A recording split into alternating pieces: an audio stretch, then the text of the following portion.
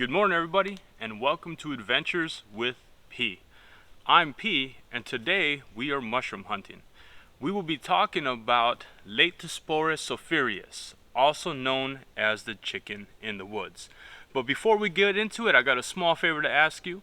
If you like what we're doing with the channel, please give me a thumbs up or subscribe. Let me know in the comments what it is you'd like to see in the future, and I'll see where we can squeeze that into our schedule. But now, let's get into the chicken of the woods.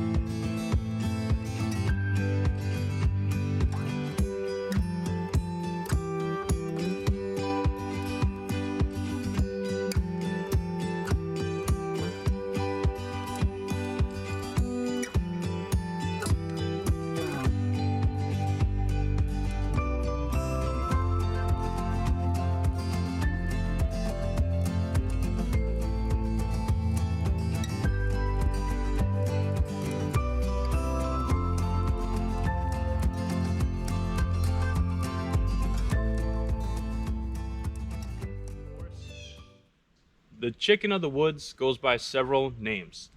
Its Latin name is Laetiporus sulphureus.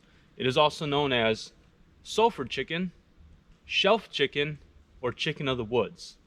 The reason why they call all these things sulfur chicken, shelf chicken, and chicken of the woods is because anytime you stumble upon this, you get an instant allergic reaction to do the chicken dance in the middle of the woods.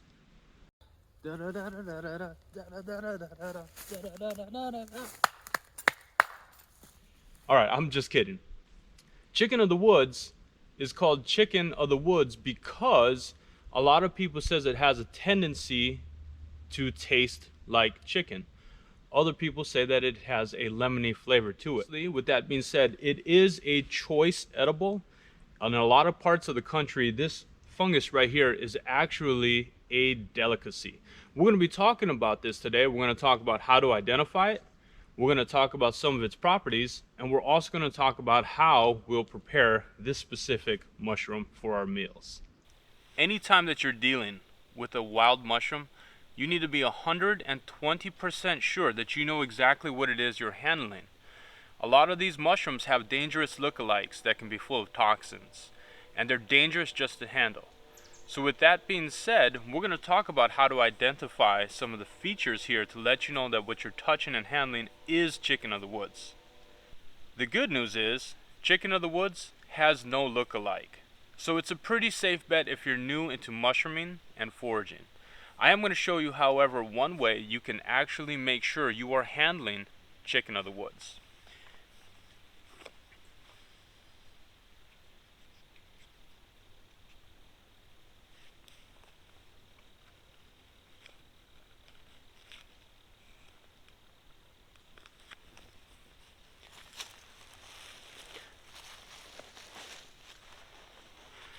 Now, chicken of the woods is a shelf mushroom that grows in clusters. They're easy to identify because of their unique color. That color tends to be somewhat of a salmon color, maybe even into orange, and it lightens out towards the end. The key way to identify if you know this is chicken of the woods or not is actually to turn it over. When you turn it over, it should be a beautiful yellow color with no gills. This, instead of gills, actually has a bunch of pores. Under a microscope, you'll see thousands of pores, and that's how you're able to tell that this is chicken of the woods. It's a polypore, kind of like turkey tail or riki, but the difference is, unlike those which are just too hard to eat, this is a soft, meaty flesh, and it's actually really tasty. It's a delicacy, like I was saying. If you look under the underside, it's full of thousands of little pores. And these pores are where the spores actually come out to help it to kind of spread throughout the forest. Now, chicken of the woods is a shelf fungus, and it grows in dead and dying trunks of hardwoods, specifically oak. Now, this is an oak. The best time of the year to harvest these mushrooms are when they're still fairly small. Right now, all of these mushrooms are still fairly small. Actually, I would say they're perfect. Any bigger than this, they'll tend to get hard, and that's because of the chitin in it. The way that mushrooms are made essentially is their cells are double walled, and that outside wall is chitin, which is a hard protein that gives it the structure to kind of form and grow into the shape that it does grow into.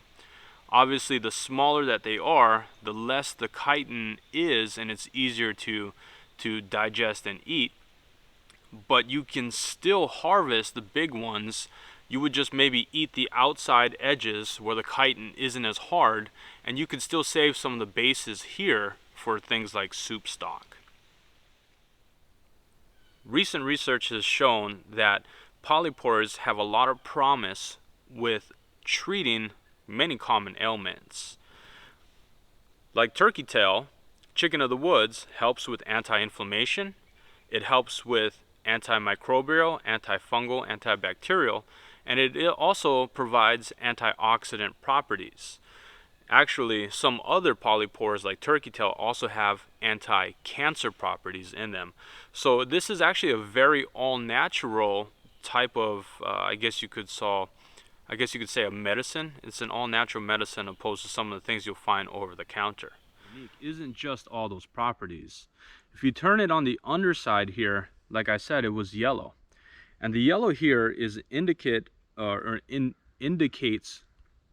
a compound known as cortisone.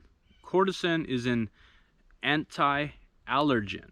Now, this is actually full of anti-allergen properties. So if you're suffering from allergies in the area, having some of these mushrooms may actually help to alleviate some of your seasonal allergies. That's enough talking about chicken of the woods. Let's start harvesting. My haversack is obviously too small for all of this, but the good news is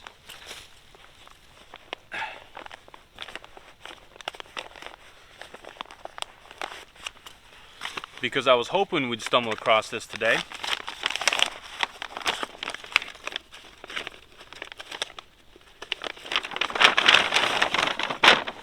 I bought a much bigger paper bag.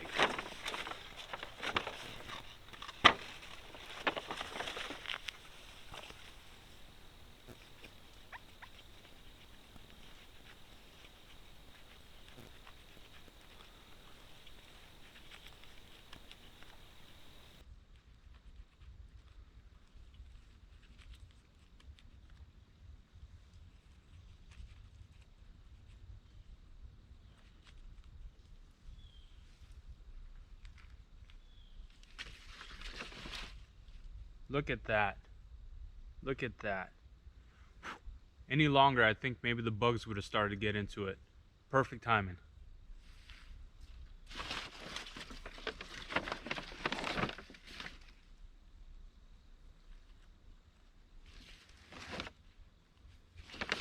So I just so happened to walk around the same tree here on the far side, and you wouldn't believe what I found. We were actually talking earlier about turkey tails and polypores. Well, what we have here is a bunch of turkey tails also growing on this dying oak. These are able to be harvested and made into tea. I'm not going to focus so much on that, but I just thought it was pretty cool that we were talking about it, and I see them right here.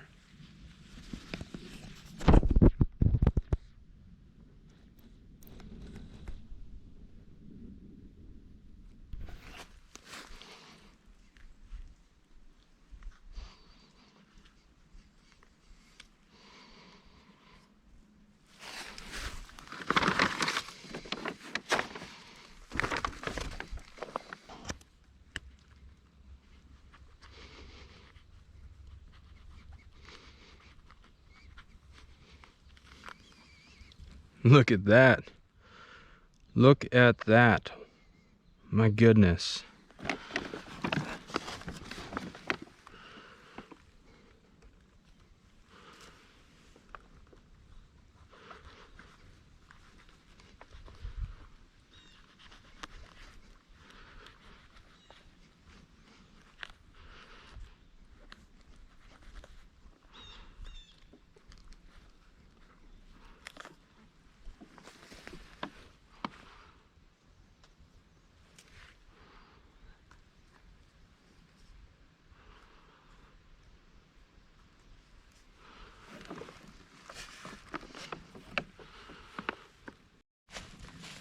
Ladies and gentlemen, would you look at all of that?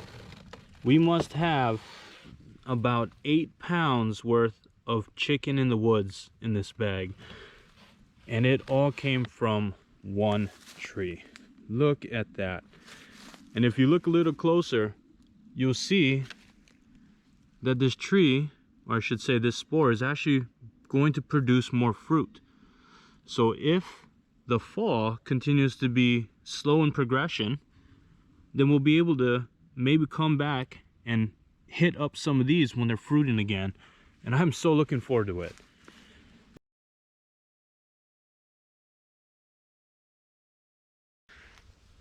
It's not uncommon for somebody to come up on a haul of about 50 pounds of chicken of the woods, which is obviously a lot more than somebody could care to eat in one go. They do store very well if you wind up sauteing them in butter and throwing them in the freezer. Other things that you can do to preserve your chicken of the woods is to dry them out, but some people say that they don't rehydrate the same way that they would if you just sauteed them in butter and stuck them in the freezer until you needed them. What a wonderful harvest. We must have about 8 pounds worth of chicken in the woods, and we're just getting started with our harvest season. We're going to take these home and saute them up, maybe even use them on a steak or throw them in a soup. It is going to be delicious, I promise. Before taking a stroll to harvest your own chicken of the woods, I want to leave you with one last safety note. Some people find that they've developed a sensitivity to chitin and other proteins found within this mushroom. It is always a good idea to cook your mushrooms thoroughly to make sure that you're breaking down some of the cell structures within the chitin. Specifically for chicken of the woods, they tend to hold on to the cell structure a little longer in high heat, so make sure you cook these thoroughly. The last note I want to leave you with is, if you find that you may be sensitive to mushrooms, start with a little bit and just see how you handle. If you deal with it fine, hey, by all means, lots of woods out there. We'll see you on the next adventure. Thank you all so much for watching. I had a lot of fun making this video. Quick reminder, I appreciate your support. So if you appreciate some of the content we're trying to push out on this channel, please consider subscribing or giving me a thumbs up. And as always, I look forward to seeing you on the next adventure.